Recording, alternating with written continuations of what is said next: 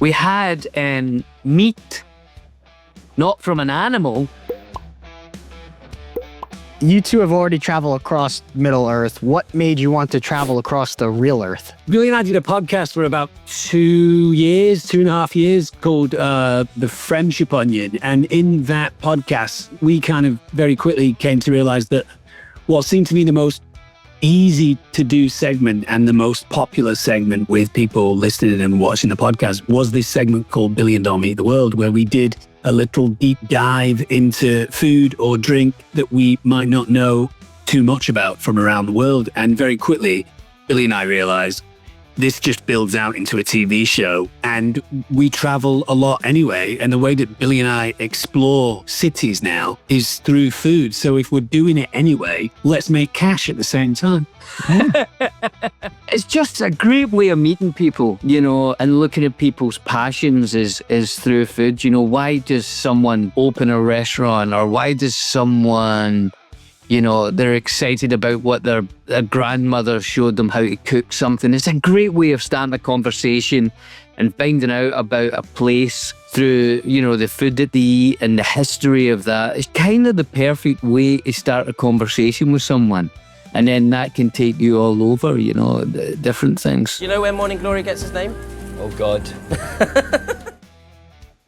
There's a few things very early on said it would be really good to get those little hints of how to do something, So in a very simple way, something like in London when we're talking to this great chef, he told us how to make a really good Yorkshire pudding, which is a difficult thing to do, but he breaks it down and makes it easy. So if someone takes that and then for the rest of their lives, they know how to make a great Yorkshire pudding, that's a great thing. But more importantly, it's a sort of look into other countries and make people passionate about, Switzerland looks amazing. We should go and visit and go to where they made that cheese or that chocolate. So it's hopefully a multi-layered thing. Could your fingers do that, Dom? Good work.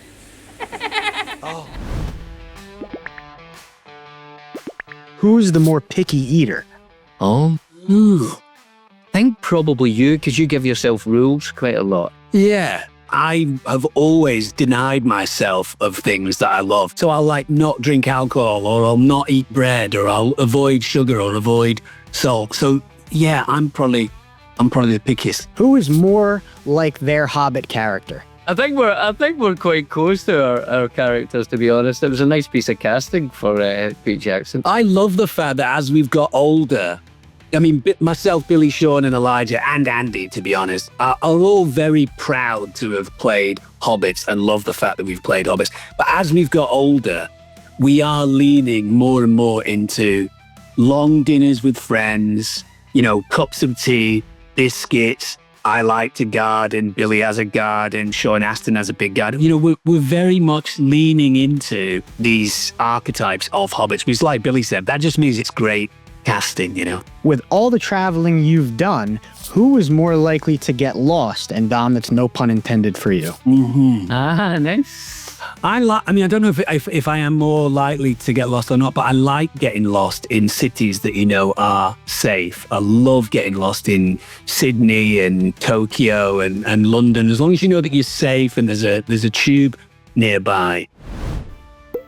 When did you realize you're going to be lifelong friends? I was the last Hobbit to arrive, and Billy had been there for a while with Elijah and Sean. I met Billy, Elijah and Sean all on the same day, but just from kind of happenstance, my day kind of seemed to end in terms of the responsibilities at the studio that day, with Billy's day ending at the same time. And I think Billy said, do you want to go get a pint? Both being British people and spending quite a bit of time in pubs.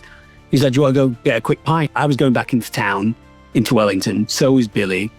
We ended up having a couple of beers, playing some pool, getting a snack. And I think at that point, I thought, he knows the way that people from Britain tend to socialize in a way that possibly Elijah and Sean might be more along the lines of, let's get dinner, let's go do an activity.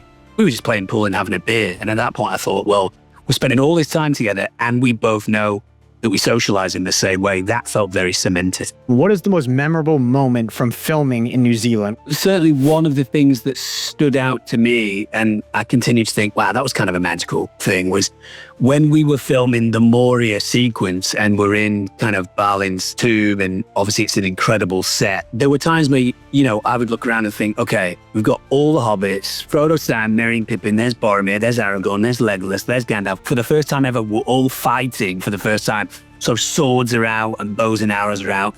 And I remember thinking, this is the first time that I've seen the Fellowship kind of, working on all cylinders. And the more amount of time that you go away from that, the more significant you think those kind of days and weeks kind of were, Just listening to Don there, when we came out of Moria, it was actually filmed on top of this mountain that people weren't allowed to go on, and we got special.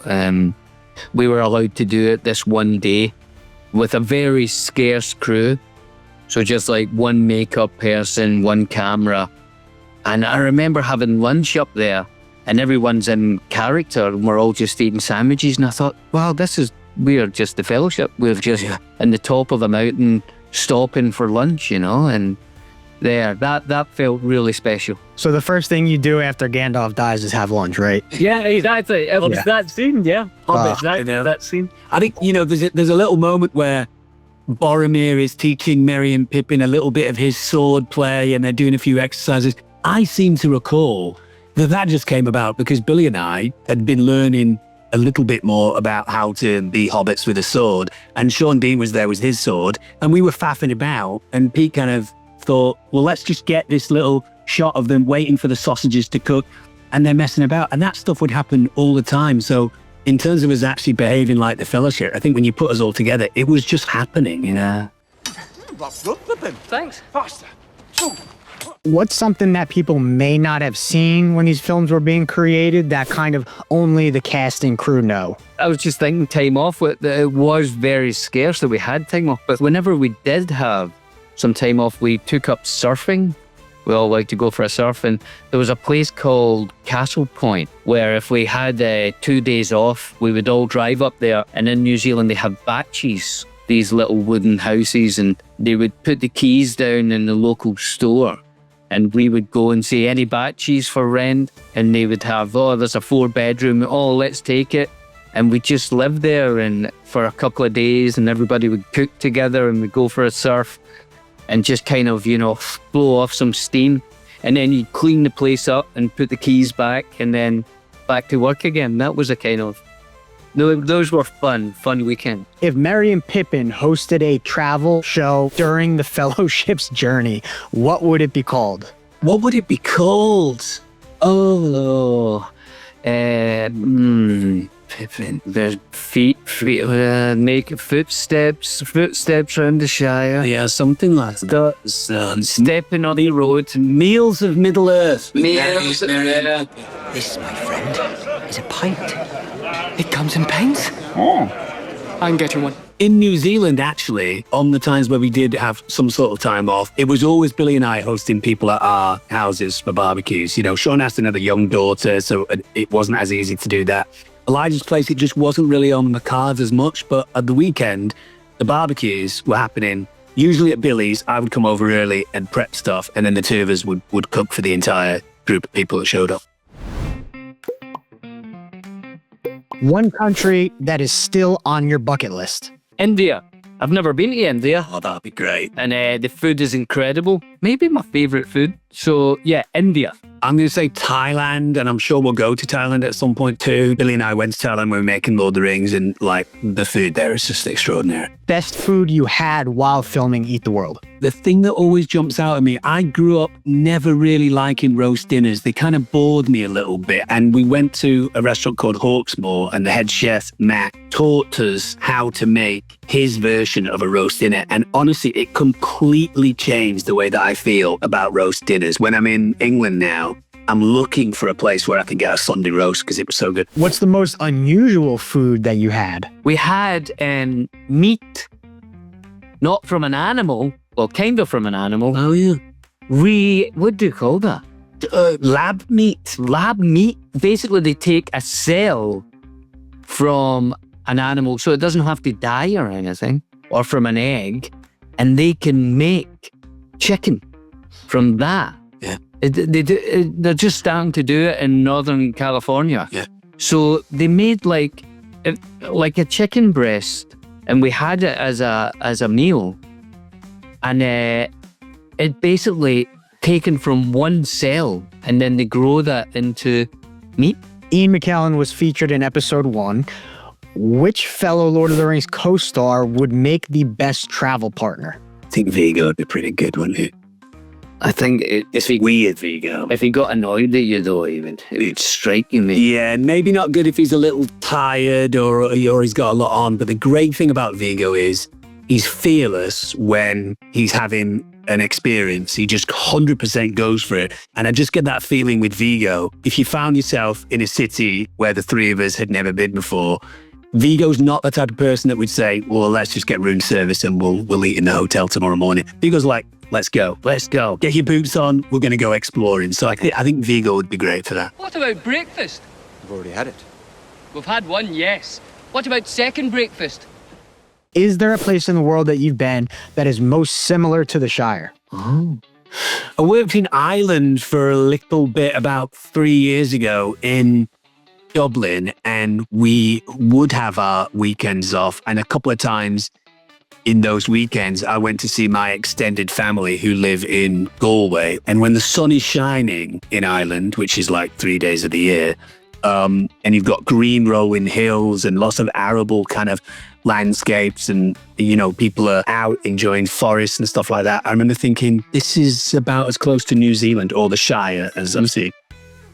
Yeah, I would say a lot of Scotland, we went to the Outer Hebrides with the show, and Harris, Lewis, it kind of feels like a dream when you see those white beaches and the turquoise sea. It's just really beautiful, Billy, favorite surfing spot in the world? Oh, lovely, lovely stuff.